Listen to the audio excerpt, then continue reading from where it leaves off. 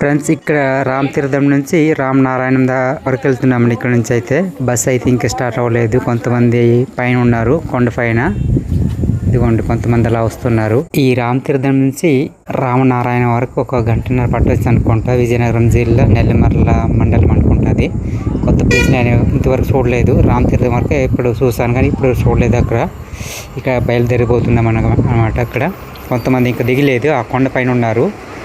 సాయంత్రం 6:30 ఇప్పుడు అవుతుంది. ఇప్పుడు ప్రస్తుతానికి ప్రజెంట్ అయితే టైము చూడండి, కొంతమంది పైనే ఉన్నారు.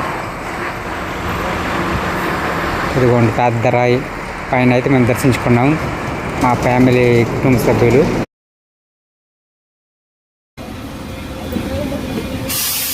చూడండి ఫ్రెండ్స్, మేమైతే రామనారాయణ చేరుకున్నామండి. లోపల అయితే ఎంట్రన్స్ టికెట్ మనిషికి 60 అంటున్నారు, పెద్దోళ్ళకి. చిన్నోళ్ళకి ఏమో 30 రూపాయలట. నారాయణ అంటే కొందరికి తెలియకపోవచ్చు చాలామంది. కొంచెం ధనుస్సులా ఉంటుంది అనమాట షేప్. పైన చూస్తే అండి రామనారాయణం. లోపల మనం ఎంట్రన్స్ టికెట్ ఎంత ఉందో, ఇదే ఫస్ట్ టైం రావడం.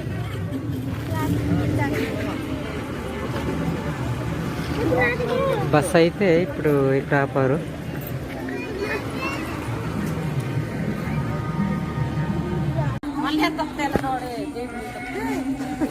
ఆంజనేయుడు, అలాగే సీత, లక్ష్మణుడు, రాముడు, దీని తాలూకా విశేషాలు, ప్రత్యేకతలు ఇక్కడ ఉంటాయి. మొత్తం దీని స్టోరీ మొత్తం చెబుతారనమాట. ఇందులో చూస్తే మొత్తం చరిత్ర మొత్తం తెలిసిపోద్ది. ఎక్కువ రామాయణం చదివేవారు తెలిసిపోతుంది దీన్ని బట్టి చూస్తే.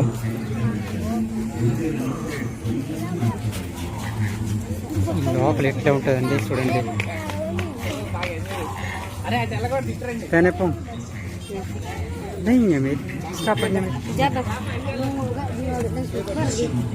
నైట్ ఇదిగోండి, రకరకాల పువ్వులుగా నైట్ కాబట్టి కనిపించదు. ఈ రామనారాయణం దర్శించాలంటే సాయంత్రం 3 నుంచి నైట్ 9:30 వరకు దర్శించవచ్చండి. చక్కగా విద్యుత్ అలంకరణతో చూడండి, లైటింగ్ ఎంత బాగా సెట్ చేశారు, కళ్ళకల్లాడుతుంది కదా. నైట్ పూట ఎక్కువ వస్తే చాలా మంచిదండి. ఇక్కడ చాలా బాగుంటుంది అన్నమాట చూడడానికి. రాముడు చరిత్ర, అలాగే సీతమ్మ, లక్ష్మణుడు, ఆంజనేయుడు కథ మొత్తం ఉంటుంది ఇక్కడ. స్టోరీ మొత్తం ఉంటుంది.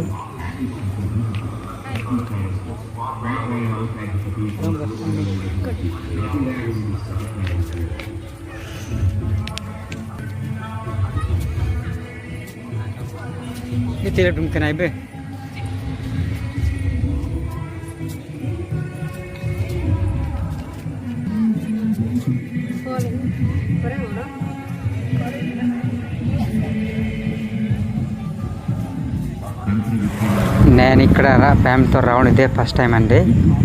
మన దగ్గరలో విజయనగరం దగ్గరలో ఉంది, కానీ ఇదే ఫస్ట్ టైం అంటే రావడం, దర్శించడము. లోపల ఎట్లా ఉందో ఏటో ఇంద్రలోకంలాగా ఉంది చూడడానికి, అద్భుతంగా మాయాజాలంలాగా. చూడండి, నెమలి చక్కగా అలంకరించారు లైటింగ్తోని. లోపల ఇంకా ఎలా ఉంటుందో చూడాలి మరి. ప్రవేశ ద్వారం అనేది, ఆలయం తాలూకు ప్రవేశ ద్వారం అన్నమాట ఇక్కడ.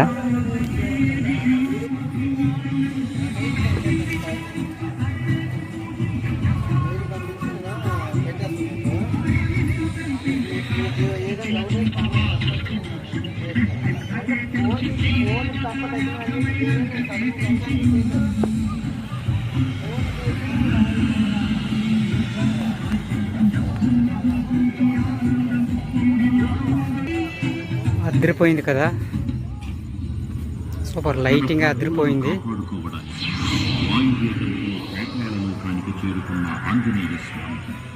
సగం మొసలి, సగం వానర రూపంలో ఉన్న వింత జీవి ముఖద్వారం వద్ద కాపలా కాస్తూ కనిపిస్తుంది. ఆ జీవి మకర ధ్వజుడు అనే తన పుత్రుడని, మహాసముద్రాన్ని దాటుతుండగా నీటిలో పడ్డ స్వేదనిధులు ఒక మొసలి గ్రహించడం. ఇదిగోండి ఫ్రెండ్స్, ఆంజనేయ విగ్రహం ఉంది కదా, ఆ విగ్రహంతో లోనే సినిమా చూపిస్తున్నారు. ఆంజనేయుడి తాలూకా స్టోరీ అన్నమాట, మొత్తం చరిత్ర.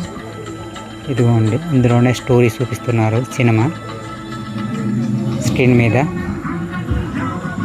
పైనుంచి చూసామనుకోండి ధనస్సుల మోడల్ ఉంటుంది, ధనస్సు లాగా ఉంటుంది సేపు. వీళ్ళు బాణము ఉంటుంది కదా, అచ్చం వల్లే ఉంటుంది అనమాట సేపు. డ్రోన్ షాట్తో చేస్తే ఇంకా బాగుంటుంది కానీ పర్మిట్ లేదనుకుంటా. 2 వైపులు గేట్లు ఉంటాయండి ఇటు అటు. అదే బాణం లాగా సేమ్ ఉంటుంది అనమాట, శివధనస్సు అంటారు. 5 దిక్కులలో ఉన్న 5 ఒకేసారి ఆడపడం ద్వారా మాత్రమే వారి మరణం సంభవిస్తుందని చెప్పారు. అప్పుడు 5 ముఖాలు వాళ్ళను ఆశ్చర్యవేసి ఆ దుష్ట సోదరులను ఉల్లబోస్తారు.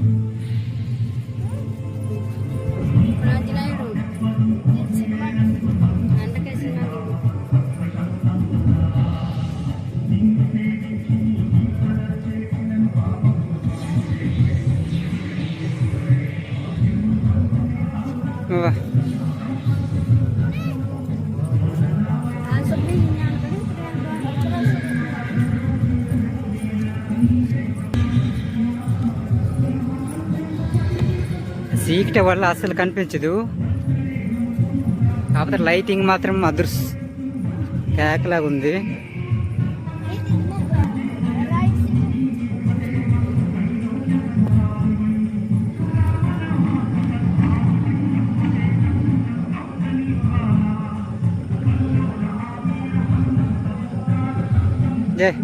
రౌండ్ కొట్టేసి అలా వద్దాం.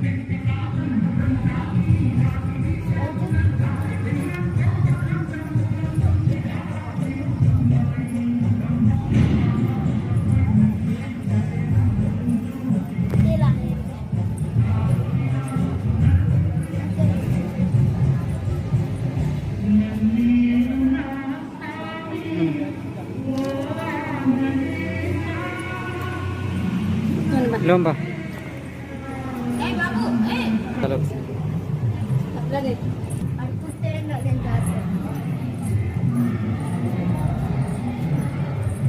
రాజునాథ గారి మెయిన్ అన్నమాట. ఇదిగోండి విగ్రహాలు చూడొచ్చు.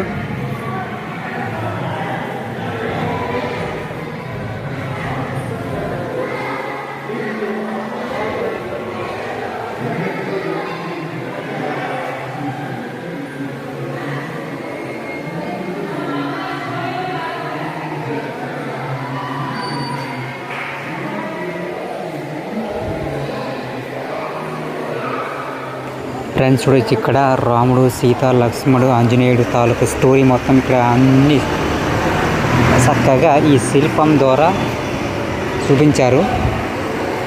చూడొచ్చు లైన్ మీద లైన్ ఒక్కదానికొకటి స్టోరీ అనమాట దీనికి. చూడొచ్చు చక్కగా ఆంజనేయ స్టోరీ, అలాగే రాముడు సీత స్టోరీ కూడా చక్కగా మనం చూడొచ్చు ఇక్కడ విగ్రహ రూపంలో. మనం రామాయణం డైలీ చదువుకుంటే దీని గురించి తెలుసుకోవచ్చు, అవగాహన.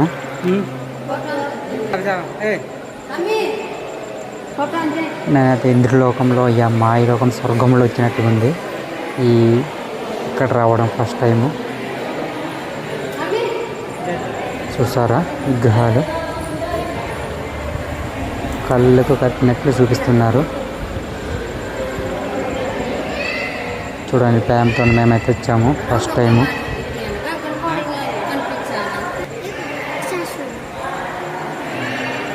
స్టోరీ రామాయణం చదువుకు తెలిసిపోద్ది. ఆంజనేయుడు, భీష్ముడు అలా యుద్ధం జరిగింది అనేది ఇందులో మొత్తం క్లియర్ కట్గా తీసుకోవచ్చు రామాయణం చదివితే. చూడండి ఆంగ్లంలో అలాగే సంస్కృతంలో తెలుగులో కూడా అనువదించారు ఇక్కడ చక్కగా తర్జుమా చేసి. చూడండి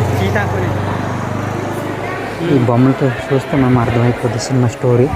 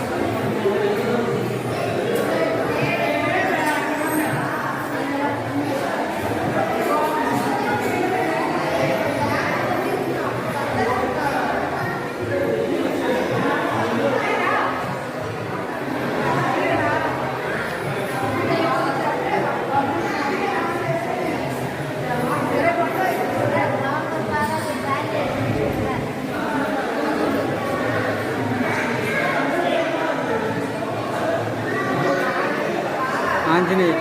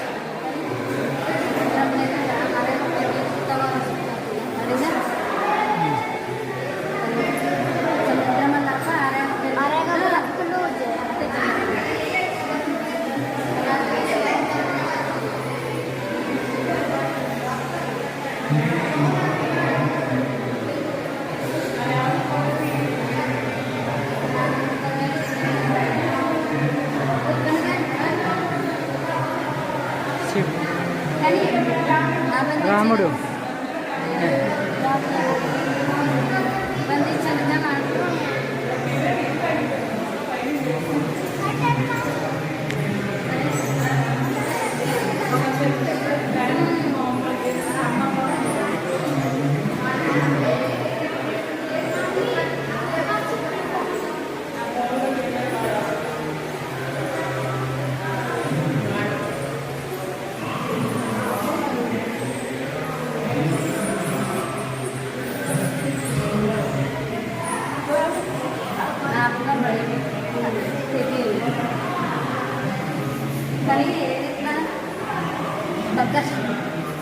బకరాసుడు కానీ జడ్జిగా నా పడపడి కానీ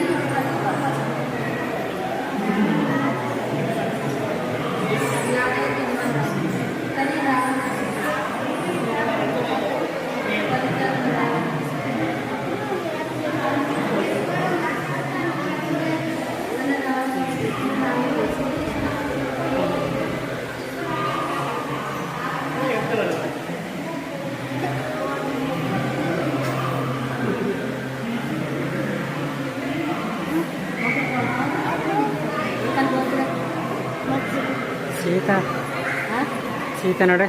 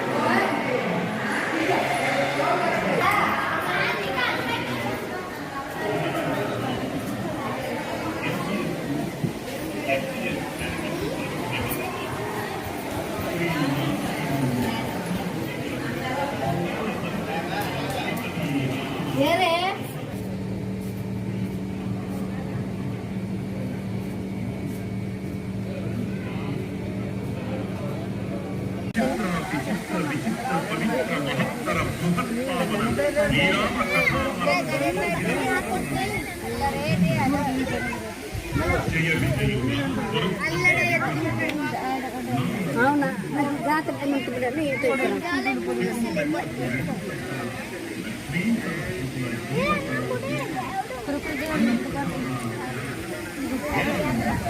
సరస్వతి ముక్కండి బాగా చదువుకోవాలి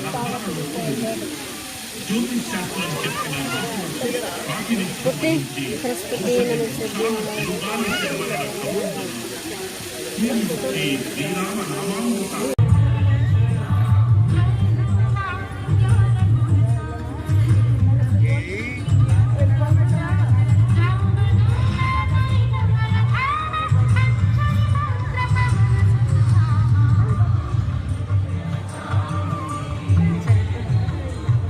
పైనుంచి చూస్తుంటే ఇట్లా టెంపుల్ ఉంటుందండి, చూడండి సేపు.